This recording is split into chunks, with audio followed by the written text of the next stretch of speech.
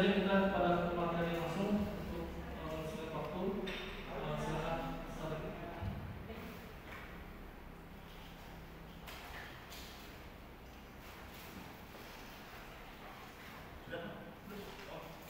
Baik Bapak Ibu, Assalamualaikum warahmatullahi wabarakatuh. Kita lanjut di pelajaran kita yang hari kedua ya. Kita nanti sebentar ya. Ini merupakan poster dan poster ini bisa didapat di pelatihan ini ya. Ada dua poster yang menjadi panduan Bapak Ibu ketika Bapak Ibu akan berpraktek. Ya. Bapak Ibu mutlak mengetahui posisi ya atau bagian-bagian pada muskular ya atau muskuloskeletal. Dimana ketika terdapat permasalahan tadi, Bapak Ibu bisa mengeliminasi berdasarkan alur otot ya, alur muskular ya. Di sini ada bagian-bagian, pada bagian otot ini terdapat tiga ya, yaitu ada bagian di permukaan, tengah, dan bagian dalam otot. Kemudian juga ada alur ya, ada alur serat otot. Nah, ini terapis bekerja berdasarkan kedalaman otot itu yang pertama, kemudian bekerja berdasarkan serat otot itu ya. Jadi dua patokannya Bapak Ibu. Ada grup khusus nggak ini mau dikirim nanti kalau ada grup khusus di WA? Belum dibikin ya, atau nanti ini juga dapat nanti ya. Ketika terjadi permasalahan kemampuan dari ya, ada otot rangka ya, apa yang harus kita lakukan? Sama analisis ya, analisis menentukan tindakan nantinya. Ya, ada tindakan untuk palpasi pada analisis ini yang akan menentukan seberapa dalam jarum masuk, kemudian pada alur otot arah mana jarum diinsersikan ya. Lihat di sini pada bagian otot, ini otot bagian permukaan, kelompoknya trapezius muskular ya. Kelompoknya timoid muskular, kemudian kelompoknya lastimus ini. Kemudian ada kelompoknya thoracomuscular fascia, kemudian eksternal abdominal muskular ya, nomor 7 ya. Ini deltoid, kelompok di bagian otot di bagian triceps ya. Lalu bagaimana kelompok otot yang ada di bagian tengah misalkan ya, sasaran kita di tengah. Ada kelompoknya ada saphenous ya, supraspinatus ya, serratus posterior, kemudian rhomboid minor bagian dalam, kemudian ada teres ya, teres mayor, teres minor, kemudian infraspinatus tadi depan, supraspinatus bagian depan, infranya bagian belakang. Ini kelompok otot bagian tengah. Kemudian ada lagi otot bagian dalam ya. Bagian dalam ini ada spinalis thoracal, longimus thoracalis, dan 15 ini ada iliocostalis ya. Kemudian ada 17 serratus posterior inferior, kemudian bagian 12 ini erector spinalis ya. Pada bagian panggul juga ada otot bagian permukaan seperti gluteus, optimus, minimus ya. Kemudian ada tensor di bagian samping. Ini otot-otot di bagian permukaan. Tapi di bagian dalam ada piriformis ya, nomor 28, 27, 27, 26, 28. Jadi terlihat 27 superior gluteal, oblique sama piriformis ya. Ini bagian medium ya, atau bagian dalam. Nah, antara permukaan dangkal dan dalam adalah up, apa layer up, kemudian medium up, sama deep muscular up, deep muscular. Ini memiliki kedalaman yang berbeda. Nah, kedalaman yang berbeda ini menentukan insersi jarum yang diinsersikan. Ya. Ya. Kemudian ada alur serat otot. Ini ada alur serat otot. Arahnya kemana? Ini ke bawah. Ya. Gluteus arahnya ke bawah. Kemudian serratus posterior ini ke samping, kemudian deltoid ke bawah, kemudian trapezius muskular ke samping, termasuk bagian depan ya. Ada deltoid, atas temporedomastoid, samping depan, kemudian nomor 5-nya ada serratus anterior ke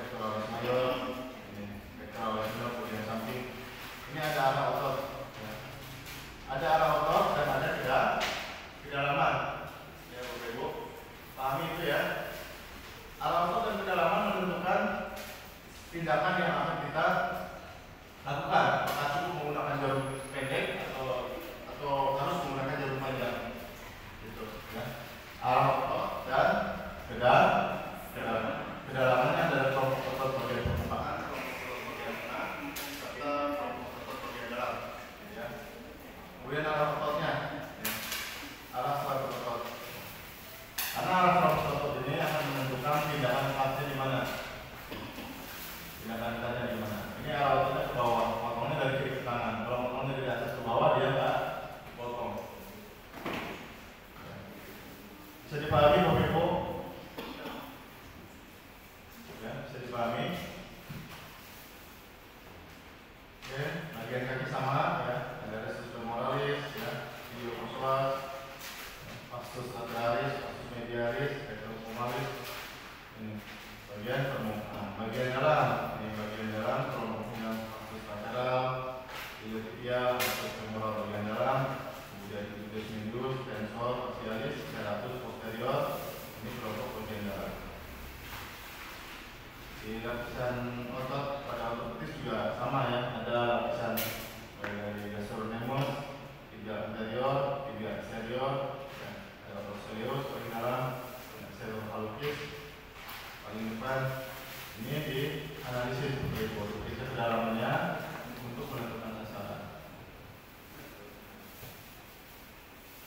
Ini kurang jelas tapi insya Allah jelas kok. Kalau dicetak ini udah cetakan nomor 3 kok, cetakan A3 ya, A3 paling besar ya, A3 paling besar.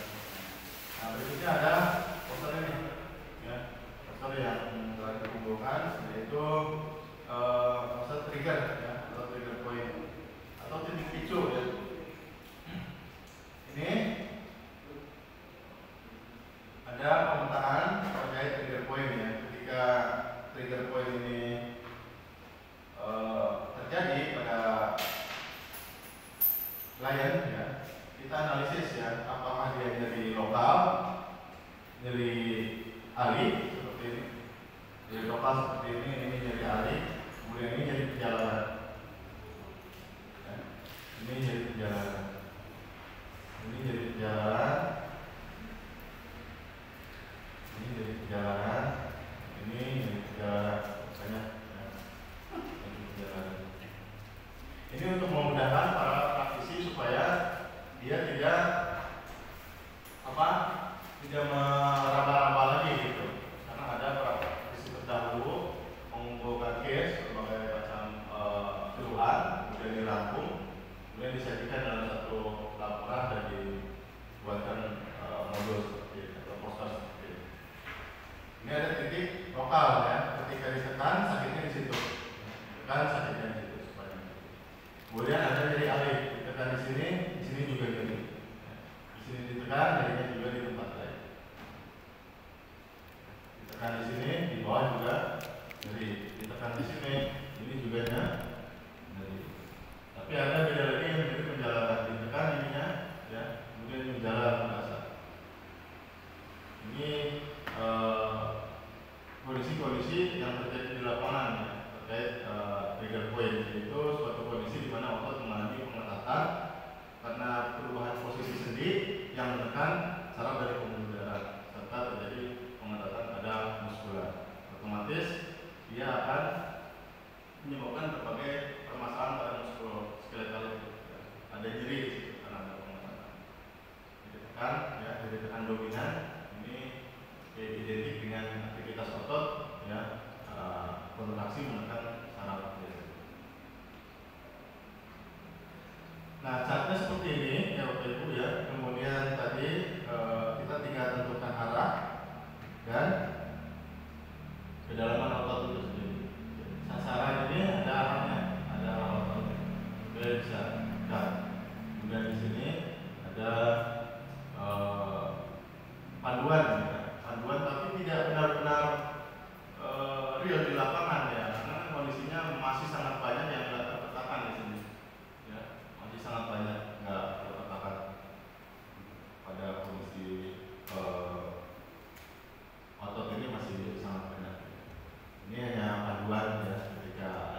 menjauhkan dari alih dari penjara, menjadi lokal dari alih dari penjara.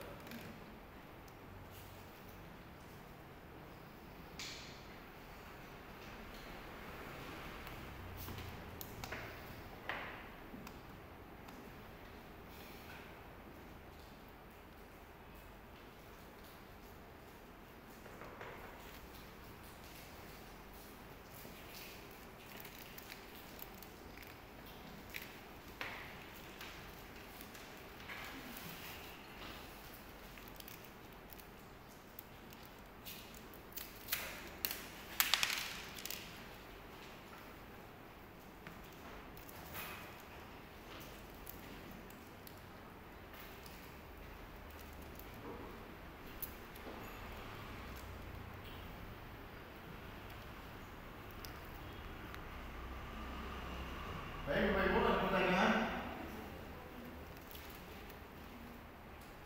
Ada pertanyaan, kita praktek. Ada pertanyaan, kita bahas dulu pertanyaan.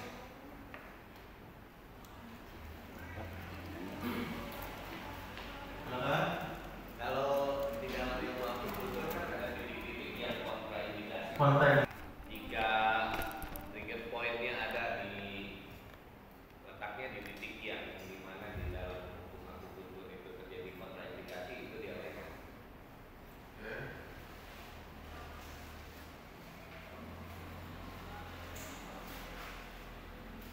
Kemudian ada yang kita komunikasi.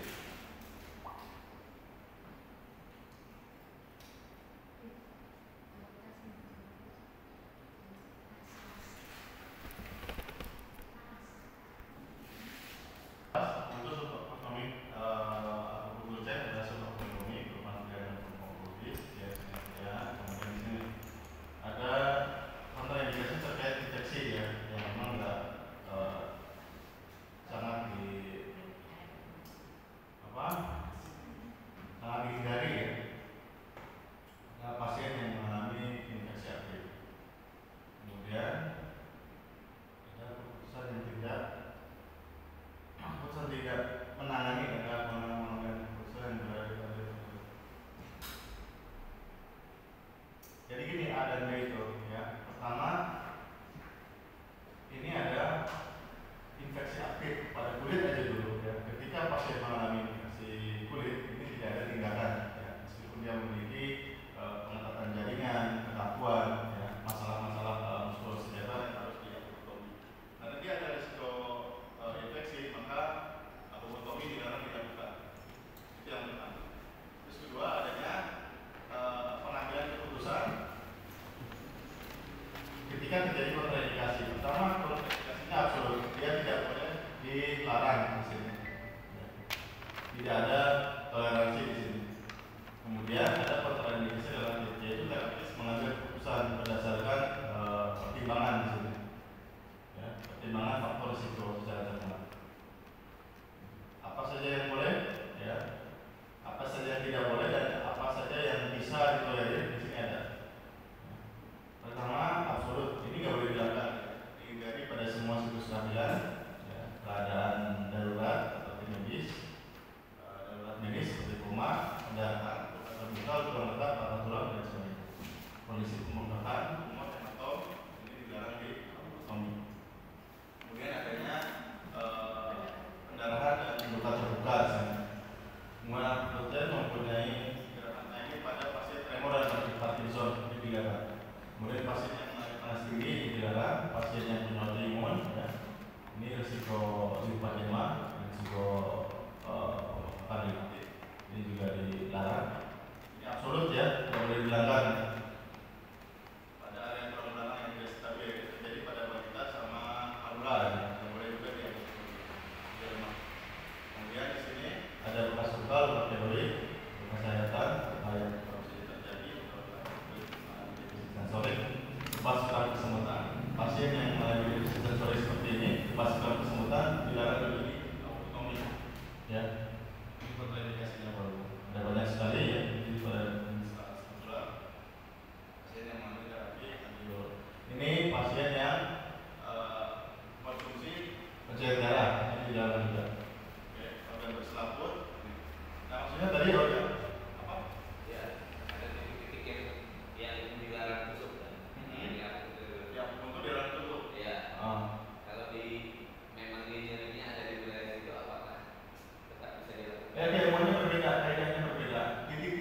dalam tusuk bisa di mana saja.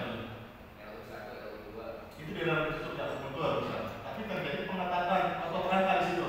Itu mustahil terjadi. Karena tidak ada persendian di situ.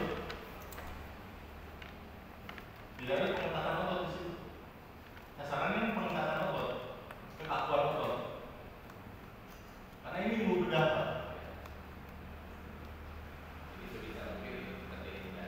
Ya, kalau misalkan itu nggak ada sistem kerangka di situ, ya, nggak ada pergerakan otot yang mengalami kekakuan di situ, untuk apa dia autonomi? Kan sasarannya itu, Pak.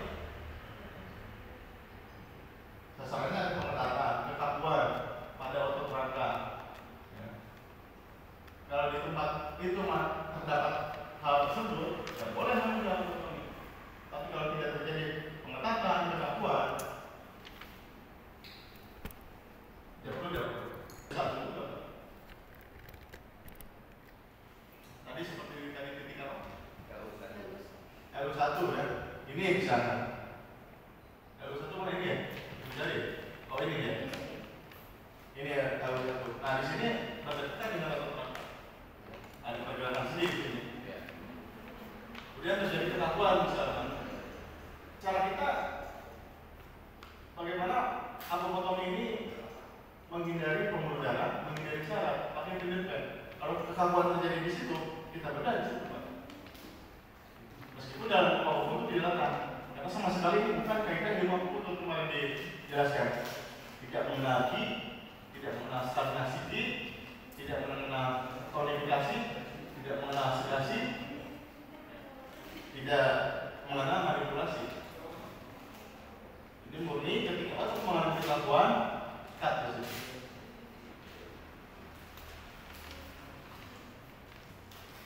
Ada lagi?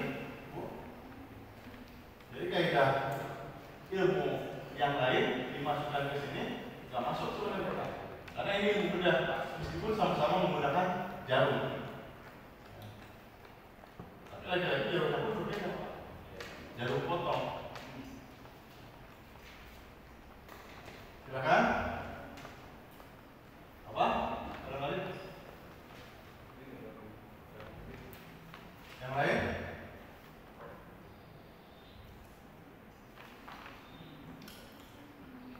Boleh tanya?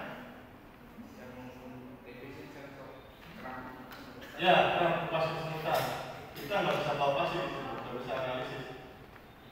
Ya, kalau pas kesemutan misalkan di jari tangan atau di jari kaki, masalahnya bukan kekakuan. Masalah bukan kelakuan, bukan ketegangan, bukan. Apalagi keran lepas kesemutan disebabkan penekanan saraf putih akibat relatif gula darah tinggi, misalnya. Tidak ada hubungannya dengan mau potong di penanganan ini.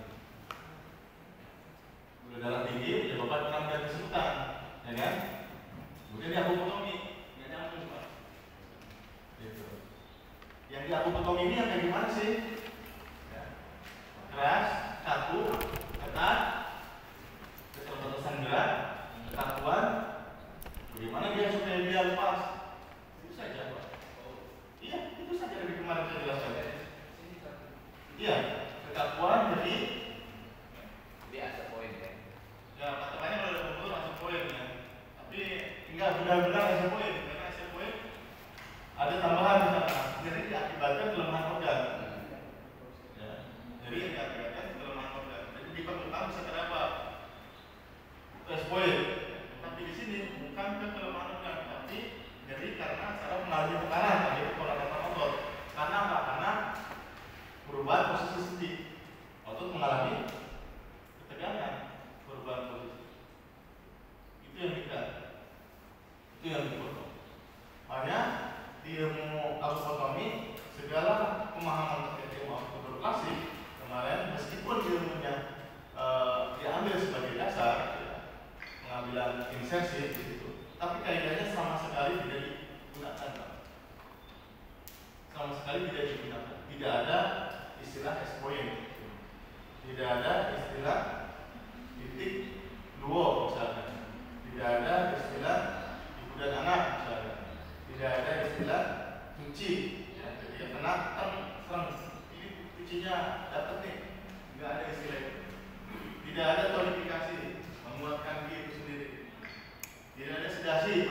lagi, tidak ada titik keseimbangan, titik dewa, titik kesuburan, titik konsentrasi, atau titik energi, atau titik apapun. Ya. Tidak berhubungan sama sekali dengan titik apapun dalam ilmu apapun. Yang ada, bagaimana otot yang mengalami kekakuan akibat dislokasi lampau, dia lepas. Itu. Dengan menggunakan teknik ini. Ya. Dislokasi lampau mengeras, kuat dan kaku. Yang ibu berusaha pagi, siang, sore, datangkan pasien 3 hari lagi, balik lagi, 3 hari lagi, balik lagi, dan itu belum rilis. Ya, karena digunakan benturan dan penguraian, nyatanya ligamen, ya, tendon dan muskular mengalami pengetatan masih kuat, itu nggak berhasil, kan gitu. Maka teknik osteotomi adalah teknik pembedahan, teknik pembedahan. Tidak mengenal apapun, tidak mengenal titik apapun, titik yang dilarang, titik larangan, titik energi, titik apapun yang terdapat dalam ilmu apapun. Karena patokannya bukan titik, patokannya jaringan muskuloskeletal yang mengalami kekakuan dimanapun dia berada. Dimanapun dia berada. Ketika terdapat kekakuan, kita buka di situ. Misalkan tadi elbow dalam maupun itu dilarang ditutup. Ya. Khawatir terkena femoral artery biasanya, humeral artery.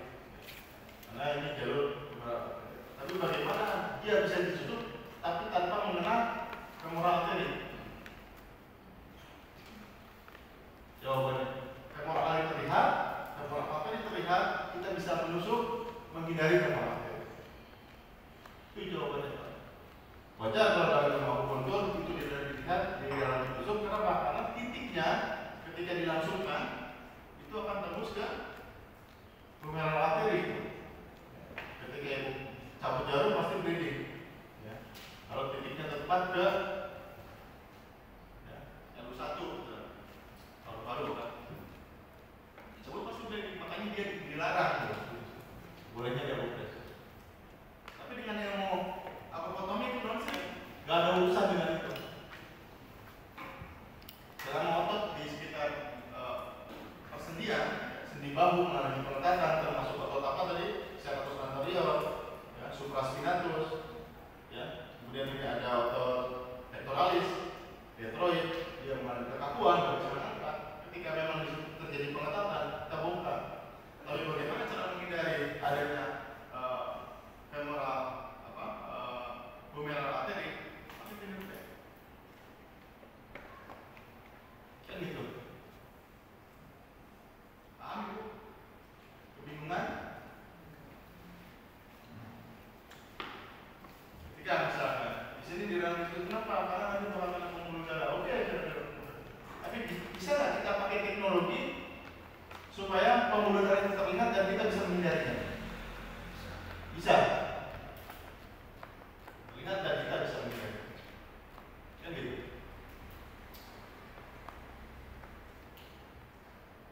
Ada lagi pertanyaan? Silakan. Sebelum kita balik praktek. Berarti selama dalam pekerjaan ini si ininya alatnya tetap nempel. Itu nanti di praktek. Ada lagi? Jadi untuk pemakaian jarum itu di tabel itu udah kedalaman atau pakai jarum yang ukuran berapa? Enggak ada Pak, enggak ada panduan itu enggak ada. Hanya ada panduan seperti ini. Tadi saya jelaskan sedikit lagi.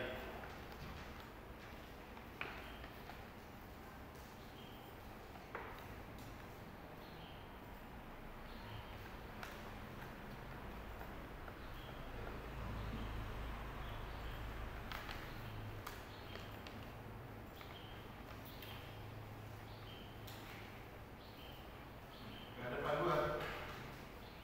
Adanya ini. Di dalam analisis, Bapak akan menemukan letak permasalahan kekakuan, pengetatan itu terletak di mana? Di otot apa? Misalkan terjadi kekakuan pada trapezius muskular, otot trapezius muskular. Trapezius muskular, ya, kemudian di cakupan di serta berapa kedalamannya?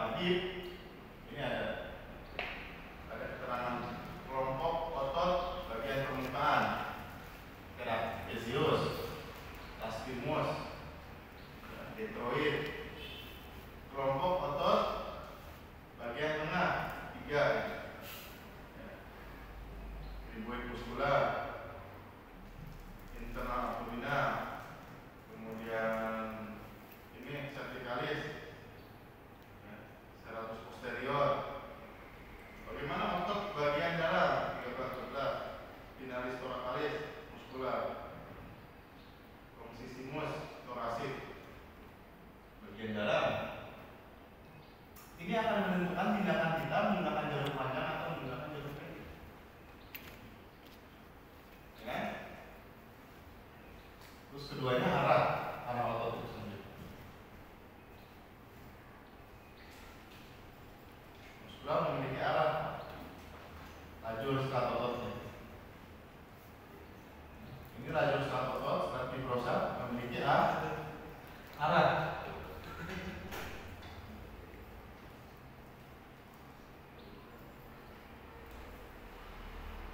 Memiliki arah serat otot. Nah, kita motong bukan dari, kalau posisinya seperti ini misalnya, kita motong untuk memotong otot yang memiliki kekakuan, ini potong dari atas ke bawah, bukan dari kiri kanan ke samping.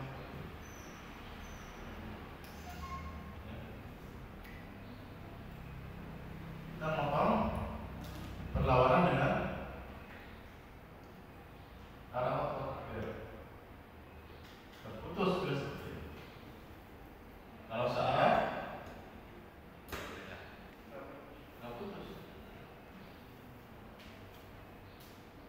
Kemarin kan kita motong nih, latihan,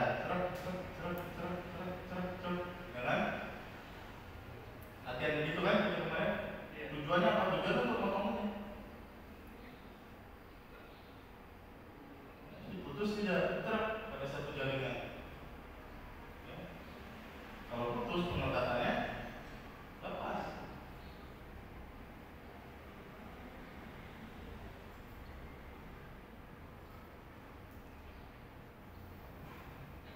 Hanya pada otot pangkal, otot jantung berbeda.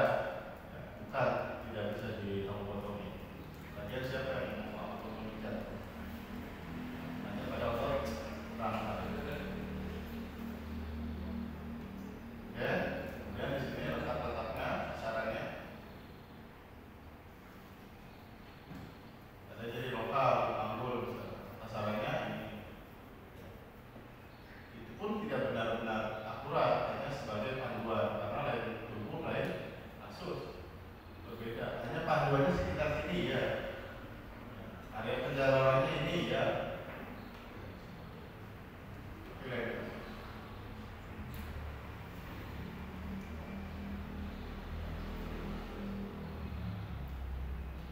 Lagi pertanyaan? Cukup?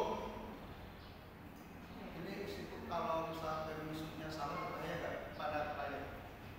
Tusuknya salah? Ya, berbahaya nggak? Justru karena agar kita nusuk nggak salah, pakai pijat tembak.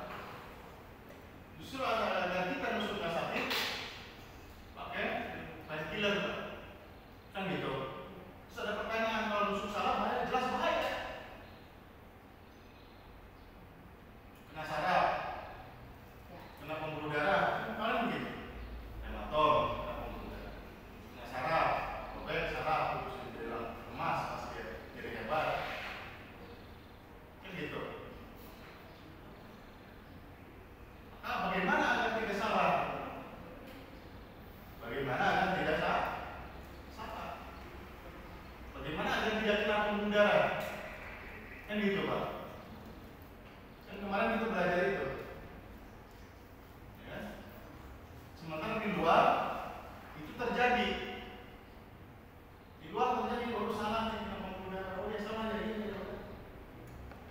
Apa penyelesaian supaya orang tidak terjadi lagi hal demikian? Kan gitu. Ya, karena memang seperti itu pasti. Bapak Ibu tidak bisa menjamin ini jarum ketika masuk keluar darah atau tidak. Bisa nggak menjamin itu? Hah? Ibu bisa nggak? Kalau ditusuk ke keluar darah? Pasti keluar darah. Bapak bisa nggak menjamin itu supaya nggak orang keluar darah? Nggak bisa. Nggak bisa. Karena apa? Karena salah. Kenapa pembuluh darah? Maka agar tidak kena pembuluh darah, agar tidak kena bleeding, bengkak, keluar darah banyak karena penusukan salah, ya. Gunakan scan, Pak, pinjam scan. Alat pencari pembuluh darah, kan gitu. Gunakan scan internet, alat pencari pembuluh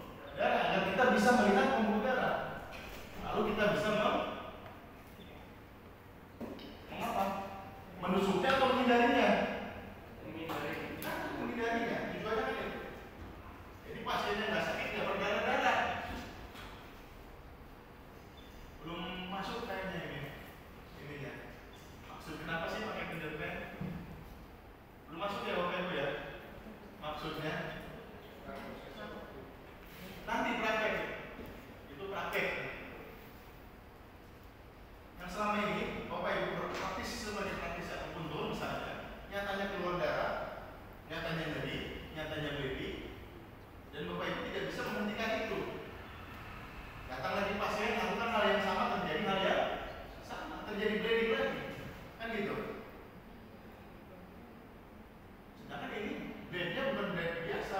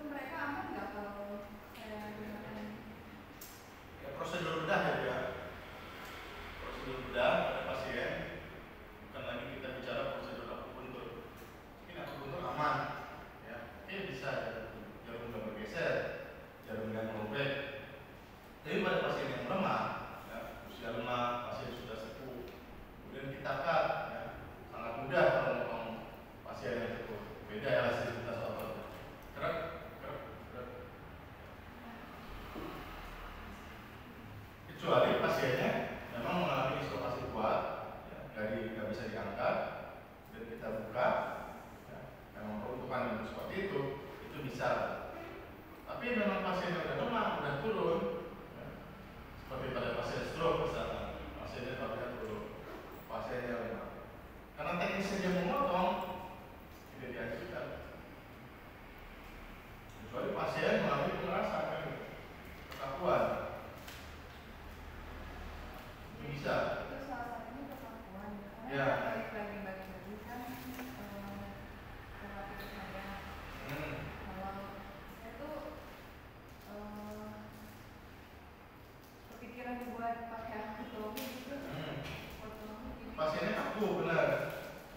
kakinya sering sakit, jadi nanti udah sembuh nih, udah saya akupuntur atau pernah saya kasih juga, tapi nanti sakit lagi, kembali lagi. Dengan kondisinya kakinya kalau dipakai jalan sakit, kadang Ya, ilmu akupuntur itu gini loh, Bu, ilmu akupuntur ini. Kan ilmu akupuntur itu ilmunya ilmu bedah. Nah, itu yang harus Bu garis bawahi. Harus Bapak Ibu paham. Ilmunya ilmu bedah. Bedahnya pakai apa? Bedahnya bukan pakai pisau G21, ya. Yang pisau yang pakai scalpel. Nah, tahu kan? Kalau bedah itu kan pisau pakai scalpel, pakai gagang. Di bedah pakai itu langsung kan, kalau pakai itu robek, langsung robek kan? Nah ini bedahnya pakai dalam sedikit-sedikit, jadi robek, sama-sama robek akhirnya di akhir sama-sama robek. Nah pada pasien itu cocok nggak untuk melepas ini? Karena apa? Karena terjadi kekakuan akibat dislokasi sendi, jadi dia kaku. Jika dia bisa dilepas dengan teknik akupuntur. Kalau itu bisa lepas, memang itu peruntukannya. Pahami dulu kasusnya. Dia mengalami dislokasi, mengalami pengerasan otot akibat perubahan pergeseran sendi atau tidak? Kan itu untuk ilmu akupuntur itu, Bu. Ilmunya ilmu bedah. Cocoknya di orang yang bedah. Kenapa sih harus bedah? Karena kaku, karena keras, karena sulit dibenturkan, karena sulit diurai. Diurai sudah, dibenturkan sudah. Nyatanya nggak bisa, kan gitu. Ya apa ini? Ini ada teknik namanya pembedahan. Tapi kita nggak boleh melakukan benar-benar melakukan pembedahan karena terganjal regulasi. Kita bukan nakes. Nakes boleh pakai bisturi, lakukan pembedahan. Kan? Kita nggak boleh terganjal di situ. Tapi ada kamuflase namanya teknik akupuntur, kamuflase sebenarnya. Dari teknik pembedahan itu sendiri. Ya. Kalau pembedahan pakai bisturi langsung robek. Ini sedikit-sedikit, sama-sama robek juga. Teknis ini cocoknya dipraktekkan kemana? Ke kasus apa? Cocoknya dipraktekkan ke kasus seseorang atau klien yang mengalami kondisi pengerasan jaringan akibat perubahan posisi sendi, kekakuan, tegangan, pengerasan jaringan. Ini cocok banget dengan teknik. Apakah nggak bisa dilenturkan? Apa nggak bisa diurai? Nyatanya tidak bisa. Dan Bapak Ibu mengakui itu, kan gitu. Sudah dilenturkan, sudah diurai, tapi balik lagi nyatanya sama. Kan mengakui itu kan?